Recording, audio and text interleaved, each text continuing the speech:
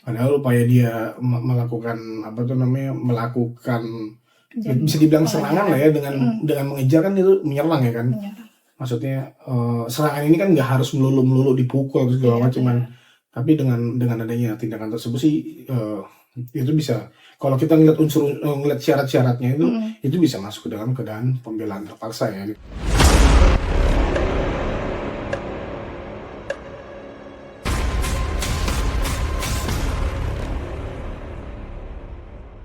Oke, kembali lagi di Skylo Talks. Kali ini saya Nia Satriadi bersama narasumber yang sangat Nggak usah menarik. narasumber lah, kayaknya gimana banget. Jadi, maksudnya ini kan podcast. Jadi otomatis kita ngobrol-ngobrolnya harus lebih santai. Iya. Oke. Bersama Bang, perkenalkan diri dulu. Halo teman-teman semuanya. Biasanya saya bareng sama Leo, kali ini berdua sama Nia ada konsep baru ya. Iya, betul. Ada konsep baru, dirubah lah jadinya. Nama saya Martin Gogo Reski Simenjuntak. Udah itu sih. Biasa dipanggil Martin boleh, ya. Gogo boleh gitu. Kali ini podcast perdana dan pertama kita berdua ya Bang ya. Sebelumnya bukannya udah ada yang sama Salwa? Sama Salwa kan bertiga. Oh iya. Dia udah nggak tahu kemana sih. Iya, dia udah balik ke kampusnya. Iya. Oke, Nia, apa nih kira-kira kita bahas? Kali ini kita bahas apa nih, Nia? Apa yang lagi seru mungkin? Jadi ada nih Bang kasus yang sangat menarik yang terjadi di Sleman, Yogyakarta. Nah, jadi kasusnya itu ada salah satu seorang warga yang menjadi tersangka dalam kecelakaan lalu lintas. Oke. Nah, namun kalau kita lihat kasusnya nih Bang, seorang warga tersebut menjadi tersangka setelah ia mengejar 2 orang penjamret istrinya gitu. Nah, karena ia mengejar 2 orang penjamret tersebut sehingga menyebabkan kecelakaan lalu lintas, maka kedua penjamret tersebut itu meninggal dunia tuh Bang. Oke. Berarti kasus posisinya adalah siapa tuh namanya, si korban dan suami si korban ini kan perempuan. Betul. Dia dijamret sama seorang pemuda atau sebutkan pelakunya, ya kan. Nah, pada saat dijamret tersebut si suaminya mencoba ngejar ngambil barang istri yang diambil itu kan. Terus ternyata si pelakunya meninggal dunia karena kecelakaan. Iya, terus nah, terkait kasusnya ini kan si suami korban itu menjadi tersangka nih Bang. Nah, apakah dari tindakan suami korban tersebut termasuk pembelaan tersangka atau pembelaan terpaksa atau justru ada hal lain nih Bang? Jadi dia dijadikan tersangka karena menyebabkan orang meninggal ya gitu ya. Atas tindakannya tersebut ya. Gitu ya. Kalau kita sebenarnya sebelum ke situ, mungkin karena memang ini sudah diberlakukan KUHP yang baru, ya kan. Kita bahas terkait dengan pembelaan terpaksa, berarti pembelaan terpaksa di dalam KUHP yang baru. Nah, kalau kita lihat sendiri di dalam KUHP yang baru itu, kalau setelah saya baca-baca itu kan dia ada pembelaan terpaksa sekaligus dengan pembelaan terpaksa yang kalau ini saya lihat di sini adalah pembelaan terpaksa yang melampaui batas. Tuh, ada 2 nih. Yang pertama itu pembelaan terpaksa itu terdapat di pasal 34 ya. Di sini boleh saya bacakan ya. Bahwa setiap orang yang terpaksa melakukan perbuatan yang dilarang tidak dipidana jika perbuatan tersebut dilakukan karena pembelaan terhadap serangan atau ancaman serangan seketika yang melawan hukum terhadap diri sendiri atau orang lain, kehormatan dalam arti kesusilaan, atau harta benda sendiri atau orang lain. Nah, terus dalam penjelasannya dikatakan bahwa tentang pembelaan terpaksa yang mensyaratkan adanya 4 keadaan. Yang pertama itu harus ada serangan atau ancaman serangan yang melawan hukum yang bersifat seketika. Yang kedua, pembelaan dilakukan karena tidak ada jalan lain, subsidiaritas untuk menghalau serangan. Yang ketiga, pembelaan hanya dapat dilakukan terhadap kepentingan yang ditentukan secara limitatif, yaitu kepentingan hukum diri sendiri atau orang lain, kehormatan dalam artian kesusilaan atau harta benda, dan yang keempat adalah keseimbangan antara pembelaan yang dilakukan dengan serangan yang diterima, proporsionalitas. Dalam artian bahwa kalau menurut pendapat saya, tindakan yang dilakukan oleh si suaminya tersebut itu masuk ke dalam kategori pembelaan secara terpaksa. Karena apa? Karena dia ini kan mengejar si pelaku kan karena untuk menyelamatkan harta benda Benar. atau barang yang menjadi hak dari Korban. dari istrinya Iya. kan. Otomatis ya karena tindakan adanya serangan terhadap dia dan istrinya, dia otomatis melakukan pembelaan. Itu kalau menurut pendapat saya. Nah, dan selain itu juga ada juga tuh di dalam pasal 43, ya kan, bahwa pembelaan terpaksa yang melampaui batas mengacu pada pasal 43. Itu tadi kalau yang pertama itu terkait dengan pembelaan terpaksanya saja. Nah, ini kalau pembelaan terpaksa yang melampaui batas. Perbedaannya di sini ada kata-kata di apa tuh namanya? Kata-kata di keguncangan jiwa. Ini saya bacakan ya. Setiap orang yang melakukan pembelaan terpaksa yang melampaui batas yang langsung disebabkan keguncangan jiwa yang hebat karena serangan atau ancaman serangan ketika melawan hukum tidak dipidana. Jadi dia tidak dapat dipidana tuh kalau memang tindakan yang dilakukan sama dia itu sudah masuk ke dalam kategori pembelaan terpaksa yang melampaui batas. Syaratnya apa? Syaratnya yang pertama adalah melampaui batas, pembelaan melampaui batas atau tidak proporsional dengan serangan atau ancaman serangan seketika. Dan yang kedua, yang disebabkan oleh keguncangan jiwa yang hebat karena adanya serangan atau ancaman serangan seketika.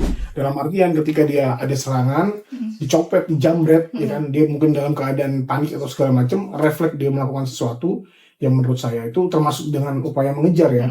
Yang menurut saya itu tidak dapat dipidana, tidak dapat dipidana lah tindakan dia tersebut itu. Dan kalau kita lihat lagi tadi kasus ini udah ditetapkan sebagai tersangka belum?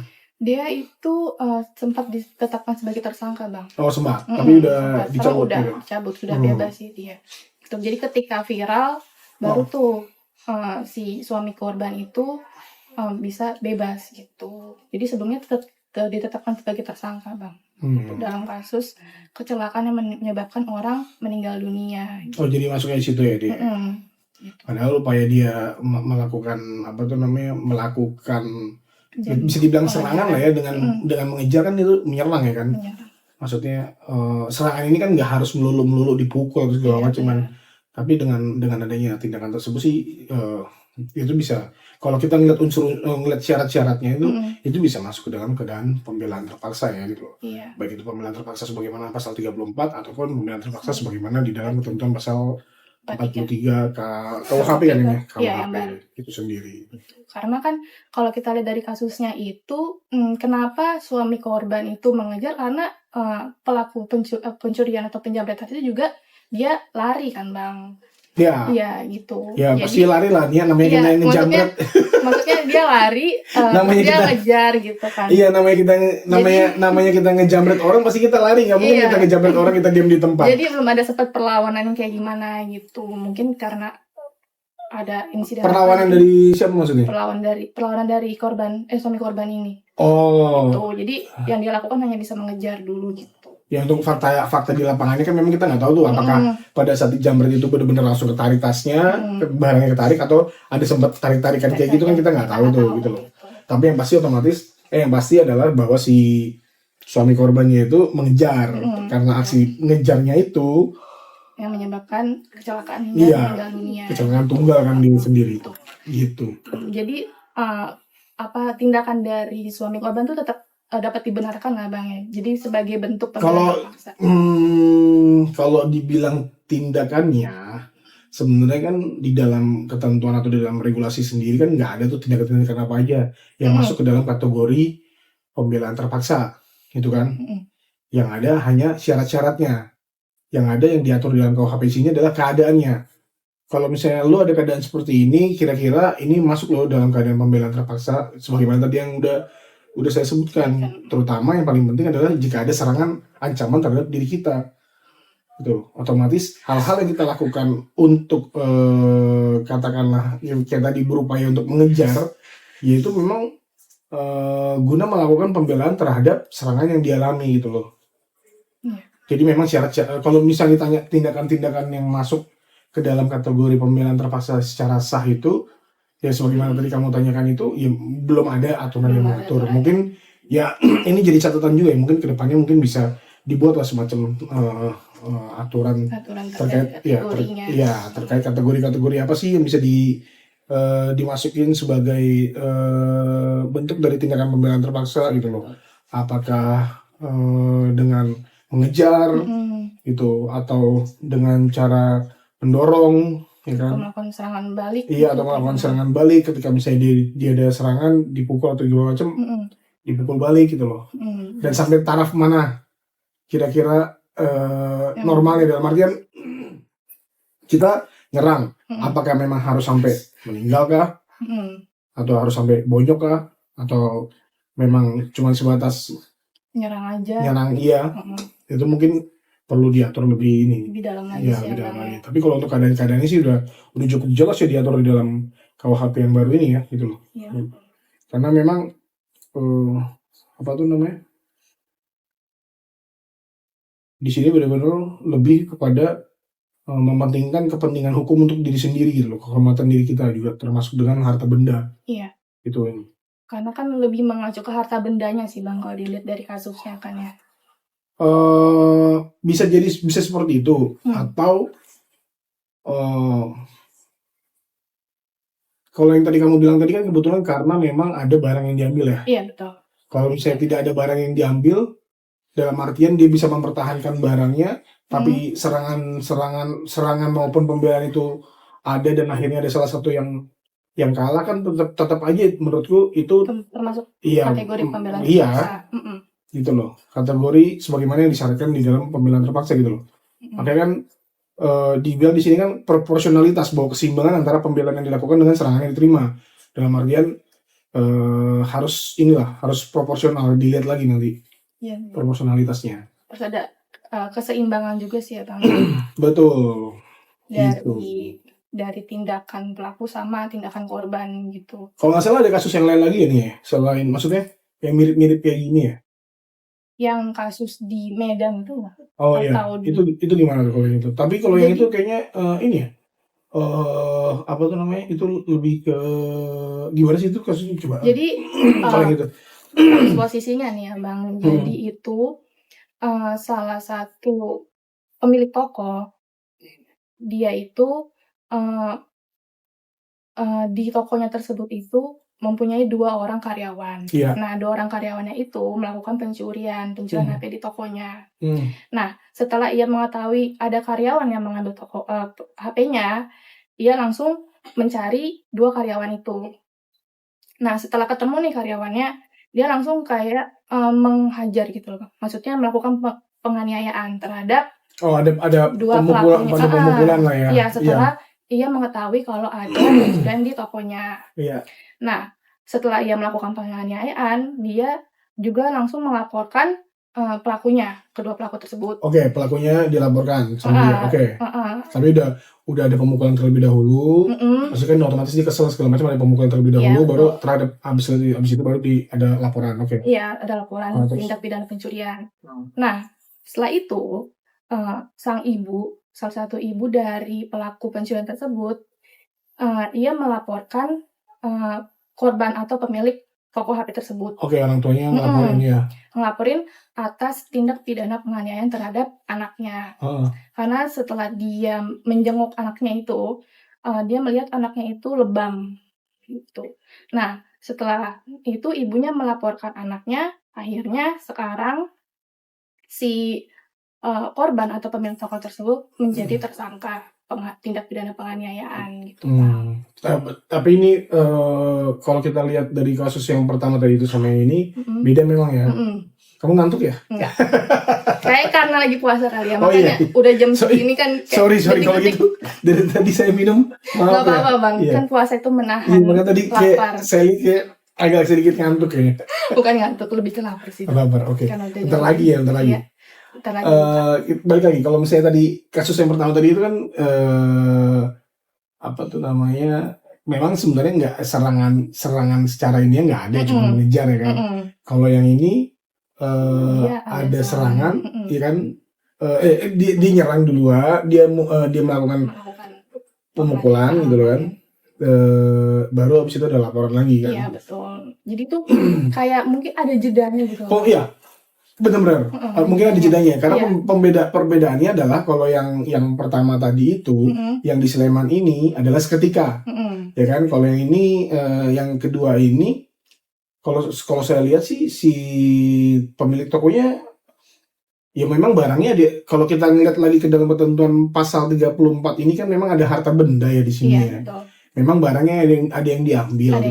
Tapi syaratnya di sini kan memang harus ada serangan seketika. Serangan langsung terjadi gitu. Sedangkan si siapa tuh namanya? Yang kasus di Medan ini. Yang di Medan ini tidak ada serangan yang dilakukan oleh pelaku terhadap si pemilik toko kan. Gitu. Jadi kayak ada jedanya, nggak langsung diserang gitu. Jadi setelah dia tahu HP-nya diambil tuh langsung cari pelakunya. Dan saat itu juga kan dikeroyok atau dianiaya lah intinya gitu. Itu. Jadi ada dua perbedaan lah ya Bang ya, antara kasus yang di Sleman dan Medan ini. Iya, dan apa tuh namanya? Itu tadi sih. Di sini juga kan apa tuh namanya? Kalau memang dia tergantung dari motifnya, maksudnya kalau memang dia tidak ada motif-motif kayak maksudnya tidak ada serangan terhadap dia, terus tidak ada ancaman secara proporsional sebagaimana ketentuan tadi dalam pasal 34 maupun pasal 43 tadi itu, ya kalau menurutku sih untuk kasus kedua yang kayak di Medan ini sih ya udah pas sih kalau misalnya dilaporkan dia terkait dengan penganiayaan ya, karena apa ya? Karena sebenarnya lo tanpa harus melakukan pemukulan bisa aja kok langsung bikin laporan polisi kehilangan segala macam kan. Terus selain itu juga bisa saja kan langsung bahwa dia tambah harus dipukul lah maksudnya gitu. Tambah harus ada tindakan sesuatu gitu loh. Tapi kan ini kalau tadi kamu ceritakan dia ada pemukulan terlebih dahulu baru buat laporan, baru situ orang tuanya nggak terima gitu kan. Betul. Orang tuanya nggak terima lah karena kalau memang pun tindakan yang dilakukan oleh si pelaku ini adalah salah, pencurian gitu kan, tapi kenapa harus ada penganiayaan dulu? Iya, penganiayaan terlebih dahulu gitu. Pasti kan permasalahannya di situ kan. Ya kalau menurutku sih ya udah tepat sih itu dilaporkan penganiayaan ya gitu loh. Iya, karena ibunya korban tuh kan sempat ngomong anak saya memang mencuri, tapi jangan dianiaya gitu, lebih ke situnya sih. Iya, gitu. Ya di satu sisi pasti si pelaku yang pencurian ini pasti akan diproses, ya kan. Tapi di sisi lain juga si pemilik toko ini untuk dalam perkara yang lainnya juga dia akan diproses terkait dengan pemukulan penganiayaannya gitu. Jadi tindakan dari pembelaan terpaksa itu juga bisa menjadi suatu tindak pidana penganiayaan kalau misalnya tidak seimbang gitu ya. Betul. Terutama itu tadi syaratnya ada ancaman atau tidak gitu loh. Terus ancaman terhadap dirimu ini tuh kira-kira seperti apa gitu loh. Proporsional pembelaan terhadap ancaman ini kira-kira seperti apa, proporsional atau tidak gitu loh. Iya, proporsional. Iya. Terus ancamannya juga terhadap apa dulu nih? Terhadap ya pasti kan masalah diri sendiri, harga diri dan harta benda segala macam tadi itu gitu loh. Dan kira-kira mengguncangkan jiwa lo apa enggak nih? Kalau memang kira-kira lo udah ngerasa kayak wah ini tertekan nih batinmu. Apa yang ada di situ action gitu loh. Ya itu maksudnya pembelaan terpaksa gitu loh. Tapi harus ada attack terlebih dahulu terhadap dirimu gitu loh. Bukan kamu yang melakukan attack terhadap orang lain. Dan juga kan karena ada jedanya itu tindakan dari jedanya berapa minggu nih? 5 minggu, 4 minggu? Jedanya sih aku kurang tahu mencari dalam sih Bang. Jadi kalau misalnya kita lihat dari jedanya itu kan berarti tindakan dari pemilik toko tersebut itu termasuk dendam nggak sih Bang? Maksudnya bukan pembelaan terpaksa. Kayak dia tuh udah bisa jadi karena memang dia ngerasa kesel. Iya. Ngerasa kesel barangnya diambil, ya kan ada motif tersendiri. Ya makanya itu kan berbeda gitu. Tindakannya kan berbeda. Benar. Di satu sisi pencuriannya masuk, tapi di sisi lain yang menurutku nggak salah dilaporkan penganiayaan gitu. Benar. Jadi maka dari itu kategori dari tindakan pembelaan pembelaan terpaksa. Pembelaan terpaksa itu emang harus diatur ya Bang ya. Ya, ya sebagaimana tadi saya jelaskan bahwa syarat-syaratnya ini sudah ada, tapi untuk tindakan-tindakannya itu yang belum diatur secara spesifik gitu loh. Apakah nanti menyerang balik itu bisa masuk dalam tindakan pembelaan terpaksa atau contohnya ya kamu kan nggak perlu menyerang, kamu kan nggak perlu melakukan serangan, cukup dengan melarikan diri aja kan itu juga masuk dalam kategori pembelaan juga gitu loh, tanpa harus ada action serangan gitu loh. Gitu memang harus diatur secara spesifik sih. Iya. Terkait dengan tindakan-tindakannya. Kalau syarat-syaratnya sih udah jelas di sini. Gitu sih Nia. Sama apakah dari tindakan yang pemilik toko HP tersebut yang punya jeda itu termasuk kategorinya apa enggak? Oh iya. Harus dilihat dari fakta hukumnya, waktunya kan. Pencuriannya kapan dilakukan, terus habis itu tindakan penggerebekan lah ya, maksudnya dia mengetahui si A ini atau si B ini yang mengambil kapan gitu, itu harus dilihat. Iya betul sih, biar nggak ada kejadian yang serupa lah Bang ya, jadi kayak salah, kayak harus viral dulu, baru korbannya itu lepas gitu. Iya sih, itu sih yang ini yang menjadi keadilan tetap harus ditegakkan meskipun kamera dimatikan. Jadi nggak mungkin kamera nyala baru keadilan tuh ditegakkan kan Bang. Keadilan tetap harus ditegakkan meskipun kamera dimatikan. Gitu.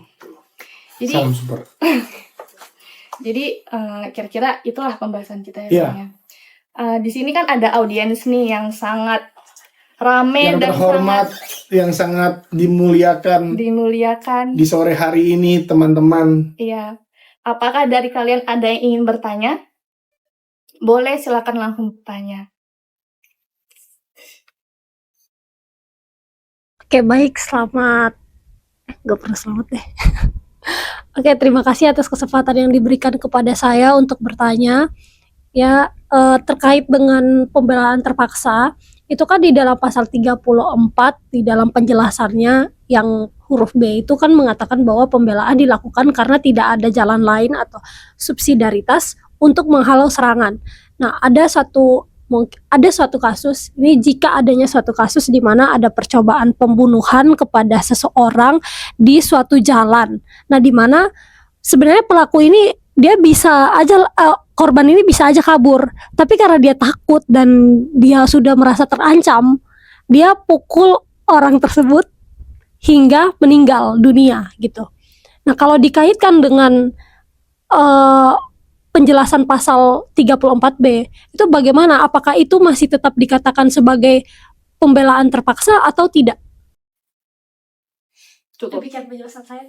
Demikian, terima kasih. Oke. Penjelasan. Berarti udah dijelasin ya? Iya, demikian penjelasan saya berarti udah dijawab dong. Udah di situ jawabannya. Jadi ya menurut keyakinan saya, keyakinan Bang Martin. Ya, sebenarnya kalau misalnya lihat ilustrasi tersebut ya, menurutku sih ini masuk ke dalam pembelaan terpaksa ya. Apalagi yang di kategori yang kamu bilang tadi kan, kamu lebih menitikberatkan kepada pembelaan dilakukan karena tidak ada jalan lain, subsidiaritas untuk menghalau serangan. Ya, selama itu masuk ke dalam syarat-syarat sebagaimana ditentukan dalam pasal 34, ya kan, ataupun dikaitkan lagi ke pasal 43 yang apa tuh namanya, yang dalam hal di luar apa nih tadi, melampaui batas gitu loh. Ya itu masuk ke dalam kategori pembelaan terpaksa gitu loh, meskipun ada akibat dari tindakannya sampai meninggal dunia gitu. Itu kan nggak jauh berbeda dengan nggak jauh berbeda dengan kasus yang tadi sempat kita bahas di sini, yang bahwa ada seorang yang mencuri, barangnya sudah diambil, ya kan, ternyata pencurinya kita kejar, ternyata karena akibat ulahnya dia sendiri dia meninggal dunia gitu loh. Ya kalau menurutku ini nggak jauh berbeda sih, cuma perbedaannya adalah kalau yang di kasus yang tadi yang pertama itu dia hanya mengejar saja, kalau ini kan ada actionnya, pemukulan dilakukan. Ya selama itu masuk ke dalam kategori, apalagi yang paling utama adalah ada hanya ancaman terhadap dia, ada serangan terhadap dia, yang mana yang lebih berat lagi mungkin menggoncangkan jiwanya dia. Ya selama itu harus dilakukan, nggak ada jalan lain, ya itu masuk ke dalam kategori pembelaan terpaksa itu. Makanya kan tadi kan sebagaimana udah sempat kita bahas juga bahwa tindakan-tindakan inilah yang sebenarnya harus dijabarin apa saja sih gitu. Yang masuk ke dalam pembelaan terpaksa. Kategori pembelaan terpaksa itu. Gitu. Cukup Indri, apakah ada lagi? Oke, baik. Jadi apakah ada yang ingin bertanya lagi pertanyaan kedua atau sudah cukup jelas? Cukup. Oke, cukup jelas. Kok jadi aku yang ngomong cukup ya? Cukup jelas Bang, Iya. ternyata penjelasan dari Bang Martin terkait topik pembelaan terpaksa ini. Iya, soalnya ini aku jujur cenderung sedikit ini. Apa? Kagok karena kan biasanya kalau sama Leo kan aku mikir masalah pertanyaannya kan dia yang menjelaskan. Iya. Betul. Itu ini. Kali ini hal yang baru. Saya juga baru belajar. Mencoba hal yang baru. Iya. Awal mula dari kesuksesan Bang. Iya. Aduh, baik banget kata-kata mutiara dari Nia. Tutup Nia kalau gitu. Oke, jadi kesimpulannya, memang nih warga negara Indonesia ini memiliki hak untuk membela diri dan melindungi dirinya serta harta bendanya. Nah, di dalam KUHP yang berlaku saat ini, memang pembelaan terpaksa itu sudah berlaku dan pembelaan terpaksa pembelaan terpaksa ini belum diatur terkait syarat atau kategorinya. Maka dari itu seharusnya aparat pembentukan undang-undang harus mengatur atau membuat kategori apa saja yang masuk ke dalam pembelaan terpaksa ini agar tidak ada lagi terjadi kasus hal yang serupa gitu. Ya, kategori tindakannya ya. Iya, kategori tindakannya. Kalau syarat-syaratnya kan udah ada, tapi syaratnya udah kategorinya itu yang harus ditegaskan lagi gitu dan harus diatur sih. Betul nih. Silakan ditutup kalau begitu nih ya. Oke, pertemuan baik. kita kali ini semoga kita bisa ketemu lagi di lain waktu membahas topik-topik yang lainnya. Membahas topik-topik yang menarik ya. Betul. Ya, agar viewers dan subscribers Skylotalks itu akan meningkat semakin meningkat. Amin. Jadi duit. Oke. Penjelasan kita kali ini sudah selesai. Apabila ada pertanyaan boleh dikomen di bawah ini dan jangan lupa like serta subscribe channel YouTube kita. Oke. Terima kasih. Terima kasih. Bye.